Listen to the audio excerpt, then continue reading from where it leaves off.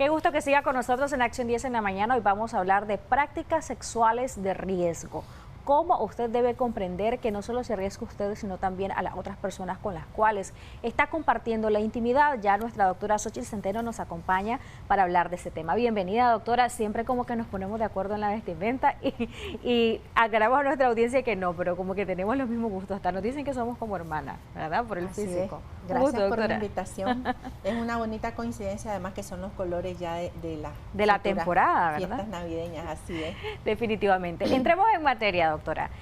Prácticas sexuales riesgosas. A veces pensamos que solamente quienes tienen una orientación sexual diferente pueden tener estas prácticas sexuales riesgosas, o pensamos que solamente los adolescentes, o aquellos hombres que por lo general son promiscuos, o aquellas mujeres que por lo general tienen un comportamiento sexual distinto, atípico, pero en realidad también la mujer que está en casa puede ser partícipe de una práctica sexual de riesgo e incluso sin saberlo, ¿no?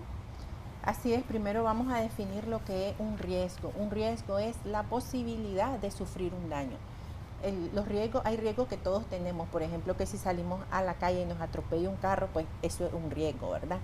Entonces, en el caso de las relaciones sexuales, vamos a decir que existen conductas. Las conductas son acciones que nosotros hacemos, ya sea en pareja, ya sea con personas desconocidas, ya sea con varias personas, ¿verdad? Recordemos que existe en realidad este tema es bien bonito por el hecho de que nosotros tenemos que saber identificar qué cosas no están bien, ¿verdad? Por ejemplo, ¿por qué? Porque estas conductas nos pueden llevar a tener consecuencias fatales.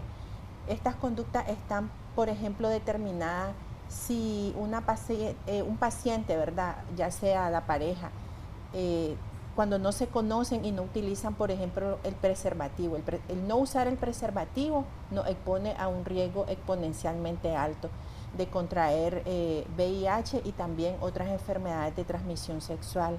El hecho de tener relaciones sexuales con múltiples personas, ¿verdad?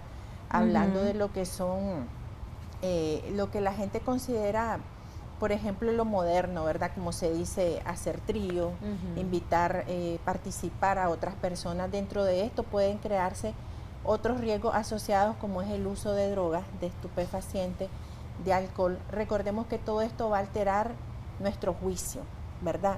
Y existe lo que nosotros llamamos el consentimiento, lo consensuado, que es lo permitido en una pareja. Si nosotros nos exponemos a tener todas estas prácticas, nosotros estamos expuestos a sufrir consecuencias por lo mismo. Y vamos a decir que la OMS, la Organización Mundial de la Salud, dice que estas prácticas son más frecuentes en la adolescencia. Y yo me quisiera enfocar un poco en eso, porque no es que nosotros estemos promoviendo de alguna forma prácticas sexuales inseguras, sino más bien estamos dando a conocer que si el adolescente no tiene una orientación adecuada, es del segmento de población que está más expuesto, ¿verdad? Porque quieren experimentar por la presión social. Es algo nuevo para ellos también. Es algo nuevo para ellos. Por ejemplo, esto es bien común. Yo creo que nosotros crecimos viendo esto de que el varón entre más temprano pierda, por así decirlo, la virginidad, que así se le ha llamado, ¿verdad? Cuando inician vida sexual, es bien visto. En el caso de las niñas, las adolescentes, sabemos que es todo lo contrario. Entonces existe lo que es la presión social para el adolescente. Sin embargo, recordemos que a largo plazo esto puede causar una distorsión de su personalidad, incluso puede tener alteraciones en cuanto a su conducta en un futuro, ¿verdad? Ser un adulto que ya venga con trastornos asociados a su respuesta sexual por el hecho de haber tenido una experiencia, por así decirlo, traumática. El adolescente, su cerebro se está moldeando. Muchos libros de psicología dicen de que no es correcto que inicie relaciones de pareja uno en la adolescencia, porque el adolescente es vulnerable porque algunos no tienen una identidad todavía como individuos, vamos a decir. Entonces puede crecer con conceptos sexuales equivocados. Dentro de los derechos sexuales está el goce pleno de la vida sexual, pero con responsabilidad. Por eso es importante este tipo de espacios para concienciar a los padres, en este caso, que deberían de orientar a los adolescentes. A veces buscan respuestas donde no las van a encontrar o no las respuestas acertadas, no las respuestas idóneas, sino en su mismo grupo, que son de su misma edad, y entonces ahí es donde vienen las prácticas sexuales riesgosas y también los embarazos no deseados. ¿Cuál es el siguiente grupo etario más afectado por esto, doctora, o en el que más incidencia se registra? Sí, en la vida adulta durante, digamos, la edad reproductiva, recordemos que si nosotros tenemos relaciones con personas desconocidas, para muchas personas, vamos a decir que en los dos grupos, hombres y mujeres, puede haber la fantasía de tener relaciones sexuales con personas desconocidas, sin preservativo o bajo efectos de drogas. Cuando nosotros estamos bajo estos efectos, nosotros no tenemos el raciocinio, no pensamos muchas veces, y he tenido en mi consulta particularmente pacientes que me dicen, bueno, yo fui a una fiesta, tienen dudas de que hayan sufrido abuso sexual. Esto es una práctica sexual de riesgo, porque primero que pueden acudir con personas que no son de su entera confianza. Bajo los efectos del licor se inhiben las inhibiciones. Entonces, si nosotras fuimos educadas bajo una religión o bajo conceptos de morales y de familia, que eso no está correcto, el licor, cuando nosotros estamos bajo el efecto del licor, hace que eso nosotros lo viemos. Se distrae la moral, doctora. Por así decirlo, nuestro cerebro obvia ese límite. Sí. No tenemos límite e incurrimos en estas prácticas que nos traen embarazos no deseados, abortos, ¿verdad?, por las malas decisiones. Se limitan las pacientes en su crecimiento académico, en su crecimiento personal. Ya si una paciente sale embarazada, por ejemplo en secundaria, generalmente si es otro adolescente no se va a hacer cargo. Son los abuelitos los que se hacen cargo, si es que acaso. Son pacientes que recurren al aborto, ya pierden el plan de vida que probablemente tenían que tener antes de iniciar este tipo de práctica. También está lo de la ITS, ¿no? Las infecciones de transmisión sexual, ese es un gran capítulo, porque recordemos que no solo es VIH que nos va a acompañar toda la vida. Recordemos que existe virus de papiloma humano también, y esto nos va a acompañar todo el tiempo. Si nosotros sabemos, si nuestra pareja actual es sincero y nos dice que su pareja anterior tuvo cáncer cervicuterino o estuvo expuesta a virus de papiloma humano, lo más probable es que él sea portador, y lo más probable es que nosotras también lleguemos a tener virus de papiloma, porque en el caso del varón es portador. Y en el varón, como los riesgos para ellos son mínimos, sí hay más incidencia de cáncer de pene, de cáncer de ano, rectal, ¿verdad?, de garganta.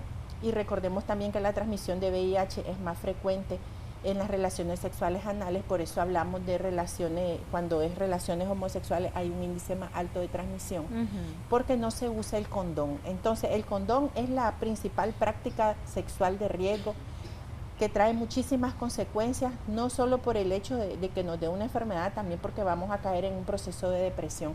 Un solo acto, unos minutitos, puede hacer que nosotros nos arrepintamos toda la vida. Sí. Y ese es el mensaje que queremos transmitir hoy. Cuando no se usa el preservativo, pues nos estamos arriesgando demasiado. Y también es importante señalar que, por ejemplo, a veces las mujeres dicen, no sé cómo me dio esto, cuando en realidad yo he tenido un comportamiento sexual ordenado, solo mi pareja, pero no sabe muchas veces el comportamiento de su pareja, así sea su esposo. Es complicado, porque nosotras cuando damos una noticia de que la paciente tiene una infección de transmisión sexual, primero se entra en una etapa de negación, de shock, y dicen, no, pero si yo solo he tenido el mismo esposo toda la vida. Y a veces nosotros estamos hablándole de los riesgos, estamos hablándole del cáncer cervicuterino, del cáncer de vulva, de vagina, que no nos va a dar inmediato, pero a 10 años, a pacientes que ya después de los 40 años comienzan a tener sangrados de pronto, son pacientes que tal vez nunca se hicieron un Papá Nicolau, nunca se dieron cuenta, decirles, mire, esto es ocasionado por una infección que inició como una transmisión sexual. Entonces la señora, las pacientes caen en shock, porque dicen, yo he tenido a mi esposo toda la vida, es el papá de mis hijos, pero su esposo se ha expuesto a tener relaciones con otras personas sin usar preservativo. Y esa es la causa principal, por ejemplo, de que nosotros adquiramos, ¿verdad?, una infección de transmisión sexual. Y esto nos condiciona. Si es una mujer joven, dice, bueno, yo no sé si quiera volver a tener otra pareja. La desconfianza a nivel emocional es un golpe. No solo se sufre la traición, sino también el hecho de haber sufrido una lesión a nivel emocional, porque si la pareja sabe que tiene una infección, la culpa a ella y se va, ¿verdad? Sí. También se sufre un abandono. y después uno tiene que reconstruirse e ir en un camino hacia adelante, pero con miedo ya, ¿verdad? Entonces ya no disfruta uno de las relaciones interpersonales. Tenemos que pensar en todo eso cuando nos exponemos.